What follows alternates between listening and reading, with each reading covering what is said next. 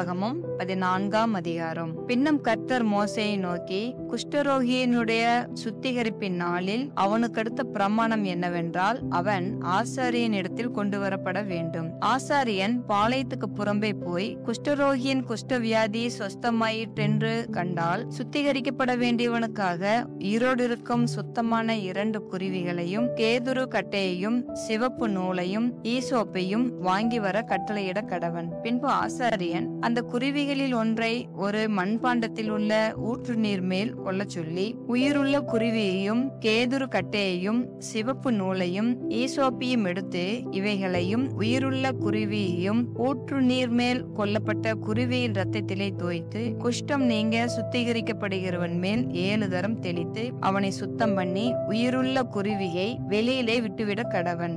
சுத்திகரிக்கப்படுகிறவன் தன் வஸ்திரங்களை தோய்த்து தன் மயிர் முழுவதையும் சிரைத்து தான் சுத்தமாகும்படி ஜலத்தில் ஸ்நானம் பண்ணி பின்பு பாளையத்தில் பிரவேசித்து தன் கூடாரத்துக்கு புறம்பே 7 நாள் தங்கி 7ஆம் நாளிலே தன் தலையையும் தாடியையும் புருவங்களையும் தன்னுடைய மயிர் முழுவதையும் சிரைத்து தன் வஸ்திரங்களை தோய்த்து ஜலத்தில் ஸ்நானம் பண்ண வேண்டும். அப்பொழுது சுத்தமாயிருப்பான். 8ஆம் நாளிலே அவன் பழுதற்ற 2 ஆட்டுக்குட்டிகளையும் ஒரு வயதான பழுதற்ற ஒரு பெண்ணாட்டுக்குட்டியையும் போஜன பலிக்காக எண்ணெயிலே பிசைந்த ஒரு மரக்காலில் 10 பங்காகிய மெல்லிய மாவையும் ஆலாக்கு எண்ணெயையும் கொண்டு வர கடவன். சுத்திகரிக்கிற ஆசாரியன் சுத்திகரிக்கப்படும் மனிதனையும் அவ்வஸ்துக்களையும் ஆசரிப்பு கூடார வாசலிலே கர்த்தருடைய சந்நிதியில் நிறுத்த கடவன். பின்பு ஆசாரியன் ஒரு ஆட்டுக்குட்டியை பிடித்து அதையும் அந்த ஆலாக்கு எண்ணெயையும் குற்ற நிவாரண பலியாக கொண்டு வந்து கர்த்தருடைய சந்நிதியில் அசைவாட்டும் பலியாக அசைவாட்டி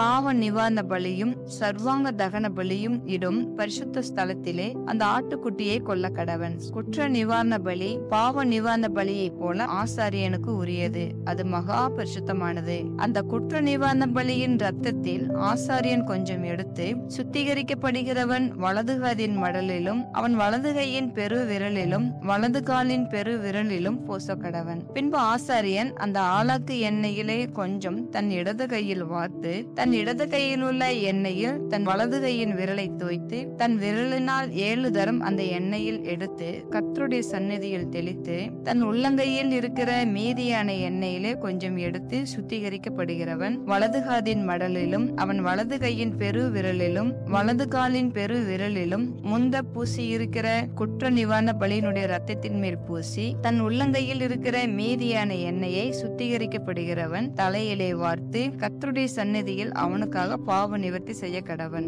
ஆசாரியன் பாவ நிவாரண பலியையும் செலுத்தி சுத்திகரிக்கப்படுகிறவனின் தீட்டு நீங்க அவனுக்கு பாவ நிவர்த்தி செய்து பின்பு சர்வாங்க தகன பலியை கொன்று சர்வாங்க தகன பலியையும் போஜன பலியையும் பலிபீடத்தின் மேல் வைத்து அவனுக்காக பாவ நிவர்த்தி செய்ய கடவன். அப்பொழுது அவன் சுத்தமாயிருப்பான். அவன் இம்மாத்திரம் செய்ய திராணியற்ற தரித்திரனாய் இருந்தால் அவன் தன் பாவ நிவர்த்திக்கென்று அசைவாட்டும் குற்ற நிவாரண பலியாக ஒரு ஆட்டுக்குட்டியையும் போஜன பலிக்கு எண்ணெயில் பிசைந்த ஒரு மரக்கால் மெல்லிய மாவிலே 10 பங்கையும் ஆலாக்கு எண்ணெயையும் தன் திராணிக்கு தக்கபடி 2 காட்டு புறாக்களையாவது 2 புறா குஞ்சுகளையாவது ஒன்று பாவ நிவாரண பலியாகவும் மற்றொன்று சர்வாங்க தகன பலியாகவும் செலுத்தும்படி வாங்கி தான் சுத்திகரிக்கப்படும்படி 8ஆம் நாளில் ஆசரிப்பு கூடார வாசலிலே கர்த்தருடைய சந்நிதியில் ஆசாரியன் இடத்துக்கு கொண்டு வருவானாக.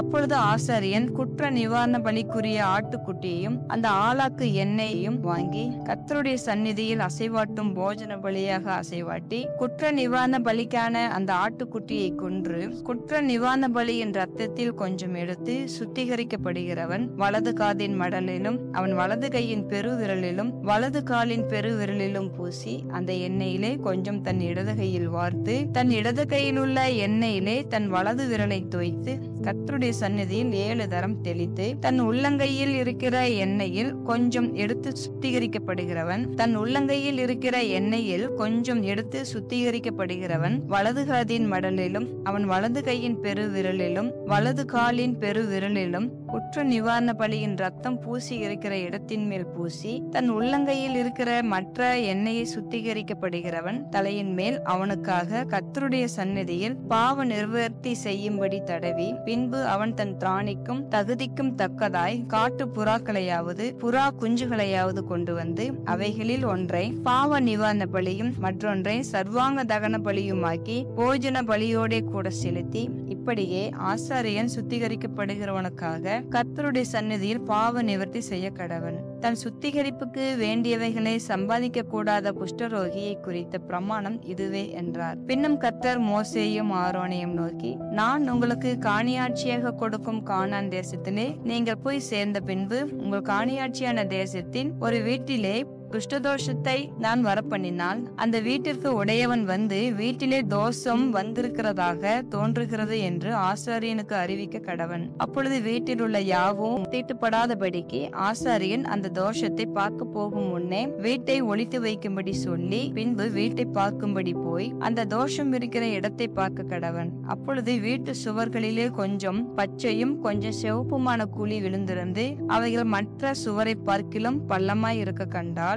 ஆசாரியன் வீட்டை விட்டு புறப்பட்டு வாசற்படியிலே வந்து வீட்டை 7 நாள் அடைத்து வைத்து 7ஆம் நாளிலே திரும்ப போய் பார்த்து தோஷம் வீட்டு சுவர்களில் படர்ந்ததென்று கண்டால் தோஷம் இருக்கும் அவ்விடத்து கல்லுகளை பெயர்க்கவும் பட்டணத்துக்கு புறம்பே அசுத்தமான ஒரு இடத்திலே போடவும் அவன் கட்டளையிட்டு, வீட்டை உள்ளே சுற்றிலும் செதுக்க சொல்லி செதுக்கி போட்ட மண்ணை பட்டணத்துக்கு புறம்பே அசுத்தமான ஒரு இடத்திலே கொட்டவும், வேறே கல்லுகளை எடுத்து வந்து அந்த கல்லுகளுக்கு பதிலாக கட்டி வேறே சாந்தை எடுத்து வீட்டை பூசவும் கட்டளையிடுவானாக. கல்லுகளை பெயர்த்து வீட்டை செதுக்கி நவமாய் பூசின பின்பும் அந்த தோஷம் திரும்ப வீட்டில் வந்ததானால் ஆசாரியன் போய் பார்க்க கடவன். தோஷம் வீட்டில் படர்ந்ததானால் அது வீட்டை அரிக்கிற குஷ்டம், அது தீட்டாயிருக்கும். ஆகையால் வீடு முழுவதையும் இடித்து அதன் கல்லுகளையும் மரங்களையும் அதன் சாந்து எல்லாவற்றையும் பட்டணத்துக்கு புறம்பே அசுத்தமான இடத்திலே கொண்டு போக வேண்டும். வீடு அடைக்கப்பட்டிருக்கும் நாட்களில் அதற்குள் பிரவேசிக்கிறவன் சாயங்காலம் மட்டும் தீட்டுப்பட்டிருப்பான்.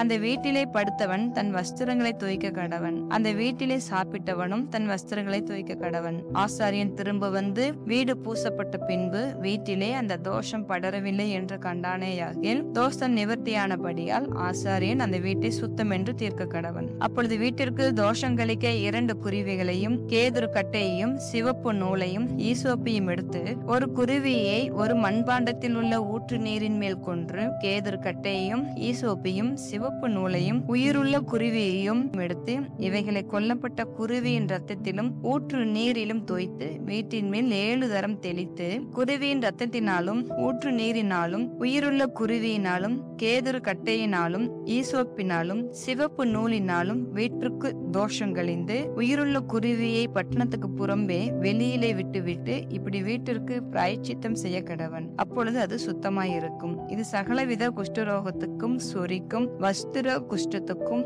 வீட்டு குஷ்டத்துக்கும் தடிப்புக்கும் அசருக்கும் வெள்ளைப்படருக்கும் அடுத்த பிரமாணம். குஷ்டம் எப்பொழுது தீட்டுள்ளது என்றும் எப்பொழுது தீட்டில்லாதது என்றும் தெரிவிப்பதற்கு குஷ்டரோகத்துக்கு அடுத்த பிரமாணம் இதுவே என்றார் என்பதே. ஆமென்.